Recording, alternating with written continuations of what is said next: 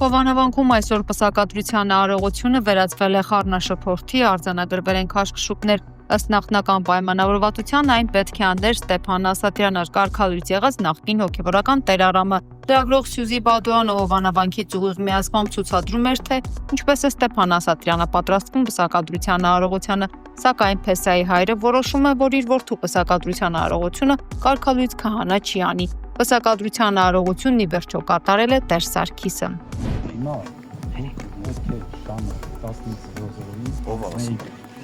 Չեմ ընդունում այդ ծանոթագիրը, չեմ ընդունում, բայց չենք հանձնում։ Բանալիները, ծեր խոսքն է։ Այո։ Ես ուղղակի ասում եմ, ցես, որպեսզի լսել ենք, չենք ընդունում,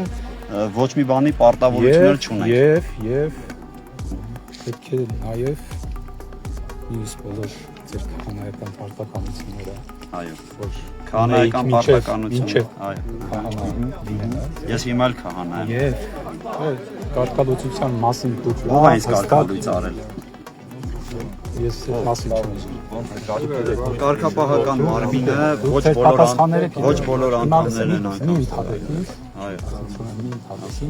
Որպես քահանա այլևս։ Այլ շնորհ, եթե կարելի է մի քիչ բարձր, որպեսզի մարդիկ որպես քահանա չեք կարող լինել այնտեղ, որտեղ պատշաճ է քահանաներին լինելու։ Այսինքն, այո,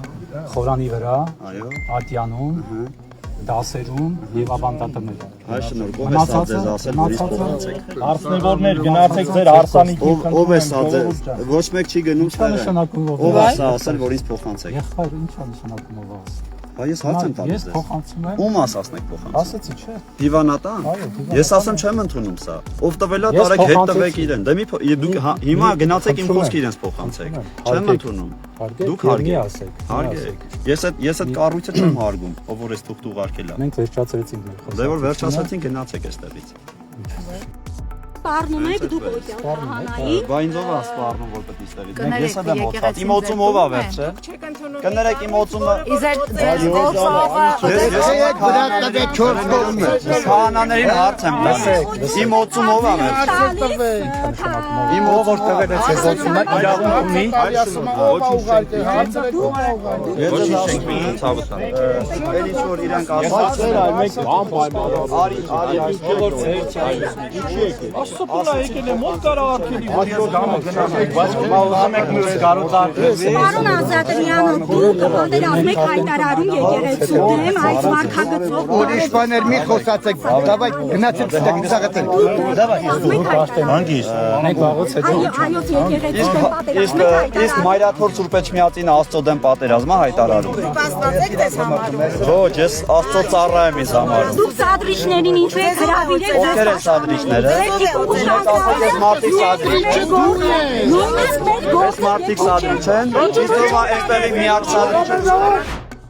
Կիրակի օրը Հովանավանքում Փաշինյանի հայտարարած ու նաև հովանավորած արարքները հանցագործություն են, որոնք պատժելի են Հայաստանի քրեական օրենսգրքով այս մասին ասել է Մարդու իրավունքների նախկին պաշտպան Արմեն Թաթոյանը։ ԿՊ-ն գործում է հստակ կեղծիքների հստակ սխեմայով, որոնք պարզաբանում են տեսանյութում։ Նրանք ուղղակի քանդում են պետությունը, թշնամացնում մեր ժողովրդին իրար հետ, ավերում հայոց եկեղեցին ու արժեքները, ասել է Թաթոյանը։ Առաջին կեղծիքը վերաբերում է նրան, թե իբր աշխատանքային օրենսգրքով են կարգավորվում հոգևորականին ձեռնադրելու եւ կարգալույց անելու հարցերը։ Դա բացարձակ աբսուրդային գաղափար է, որովհետեւ աշխատանքային իրավունքը ընդհանրապես կիրառելի չէ այս հարցերի նկատմամբ։ Հոգևորականին ձեռնադրելը եւ կարգալույց անելը կարգավորվում է եկեղեցական հոգևոր կանոններով։ Այս մասին մենք հստակ նաև իմանում ենք, երբ ուսումնասիրում ենք Մայրաթորի հայտարարությունները, այդ թվում Մայրաթորի հայտարարությունը Ստեփան Ասատրյանին կարգալույց անելու վերաբերյալ, որտեղ Մայրաթորը ամենայն հայոց կաթողիկոսը ղեկավարվել է եկեղեցական հոգևոր կանոններով։ Նաև ուզում եմ հատուկ նշել, որ գոյություն ունի միջազգային պրակտիկա, մարդու իրավունքների եվրոպական դատարանի նախադեպային որոշումներ, որոնք հստակ ամրագրում են, որ եթե կրոնական կազմակերպությունը ընդունում է այնպիսի որոշումներ,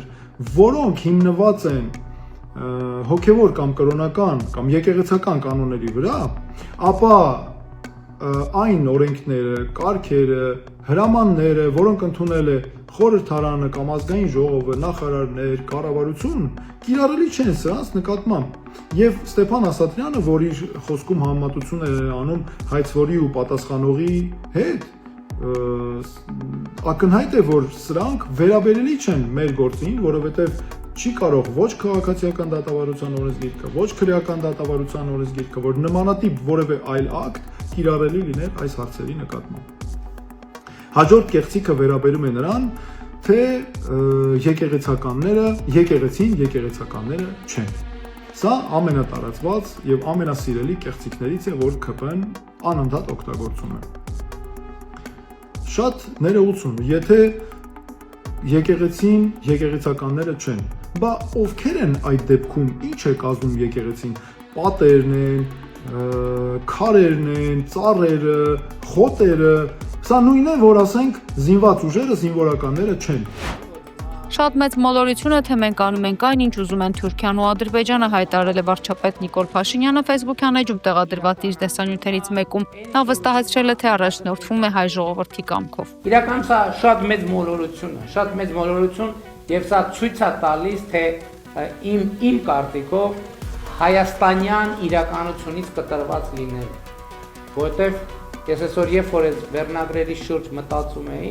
ինքս իմ մեջ եւ Աստծո ներկայությամբ ես ինքս ինձ հարց եմ տալիս, իսկ ում ասածով եմ, ում կամքով եմ ես առաջնորդվում եմ մեր ժողովրդի կամքով։ Մեր կառավարությունը ես ինքս մեր ժողովրդի կամքով եմ առաջնորդվում։ Ես իմիջայլոց, օրինակ հրապարակային ինֆորմացիան վերլուծելով, երևի իմաստ ունի դա անել, ես ենթադրում եմ, որ ոչ մի ղեկավար այնքան շատ բնակավայրում անձամբ չի եղել, ինչքան ես եմ։ Այս շատ կարևոր գործոն է եւ այսօրվա քաղաքականությունները առանց չափազանցության, այն քաղաքականությունները, որ մենք այսօր իրականացնում ենք, խաղաղության օրակարգը, իրական Հայաստանի գաղափարախոսությունը, 4-րդ հանրապետության գաղափարը, այդ ամբողջ քաղաքականություն, տարածաշրջանացման եւ խաղաղության այս ռազմավարությունը բառ առ բառ նախադասություն առ նախադասություն հավաքագրված են մեր ժողովրդի հետ շփումներ։ Սա շատ կարևոր է։ Պաշտպանության նախարարն ազգային ժողովում հայտարարեց, որ պարտադիր ժամկետային ծառայությունը 6 ամսով կրճատելը չի կարող համարվել բանակի կրճատում որպես հիմնավորում բերելով պայմանագրային ծառայողների աճը հիշեցնում է ազգային ժողովի պատգամավոր Տիգրան Աբրահամյանը։ Նա նկատում է, նախ ժամկետային ծառայության 6 ամսով կրճատումը նշանակում է այդ ուղղությամբ զորակոչվողների 25%-ով կրճատում։ Երկրորդ, Պաշտպանության նախարարության հաղորդած պայմանագրայինների թվի աճը համարժեք չէ կրճատվողների թվին, իսկ որպես ամենակարևոր հանգամանք պատգամավորը նշում է իշխանության տարբեր դեմքեր մինչև այս փոփոխությունը խոստովանում էին, որ համալրման շուրջ խնդիր կա ու այդ պայմաններում բանակի անհամարժեք կրճատման են գնում։ Ես հասկանում եմ հասարակության մի մասի ուրախությունը, ովքեր այս առաջարկը դիտարկում են էմոցիոնալ ու ոչ մասնագիտական տեսանկյունից, բայց մենք պետք է հստակ հասկանանք, որ առանց այդ էլ արկա բազմաթիվ բարդությունների պայմաններում զինված ուժերում ճողվածքի առաջանալու, ինչը երկրի պաշտպանողականության վրա ծանր հետևանքներ է ունենալու, ամփոփել է Աբրահամյանը։ Արցախի նախկին պետնախարար Ռուբեն Վարդանյանը ընտանիքի միջոցով փոխանցել է պաշտպանից հրաժարվելու իր պատճառները, բացատրելով փաստաբանի մասնագիտական աշխատանքը կատարելու պայմանների բացակայությամբ եւ իրավունքի նորմերի խախտումներով։ Ռուբեն Վարդանյանի մեկնաբանությամբ դա հարկադրված որոշում էր։ Միջազգային իրավունքի նորմերի, նաեւ հենց ադրբեջանական դատավարական օրենսգրքի կոպտագույն խախտումներն այդ լսումները վերածել են բացահայտ ֆարսի։ Այդ պայմաններում պաշտպանության բոլոր դատավարական հնարավորությունները սպառված են, նրան այդպես էլ թույլ չեն տվել ծանոթանալ գործի նյութերին եւ մեղադրական եզրակացությանը։ Դատաանում պաշտպանվելու հնարավորություն չի տրվել, բոլոր միջնորդությունները անտեսվել են քննչական մարմինների եւ դատարանի կողմից։ Դատանը մերժել է հրավիրել վկանների, որոնք կարող էին պարզաբանել գործի հանգամանքները եւ հաստատել պաշտպանության համար նշանակություն ունեցող փաստերը։ Ըստ Վարդանյանի իրեն պետք չէ պաշտպանության պատրանք, նա պահանջում է իր դատավարական իրավունքների իրական պահպանում։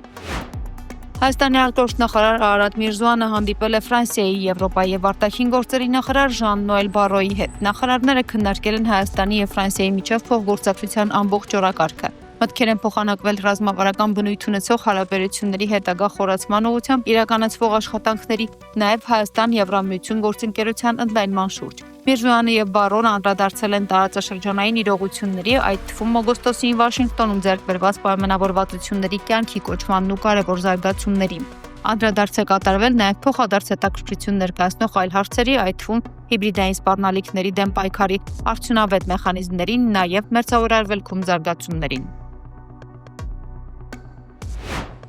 Հոկտեմբերի 23-ին ժամը 14:01 ճգնաժամային կառավարման ազգային կենտրոնը հազանգստացվել, որ Երևան քաղաքի Մալեթիայի տոնավաճառի կոշիկի պահեստում հրդեհ է բռնկվել։ Հրդեհի բաղձության թիվ 2 կանչով դեպքի վայր են մեկնել ներքին գործերի նախարարության Փրկարար ծառայության Երևան քաղաքի փրկարարական վարչության հրշեջ փրկարարական ջոկատներից 6 մարտական հաշվարկ, հրդեհաշիջման եւ փրկարարական աշխատանքների կազմակերպման բաժնի հերթապահ եւ ճգնաժամային կառավարման ազգային կենտրոնի օպերատիվ խմբերը։ Հրդեհի բռնկման պատճառը դեռ պարզ չէ, կան վնասվածքներ ստացած մարդիկ։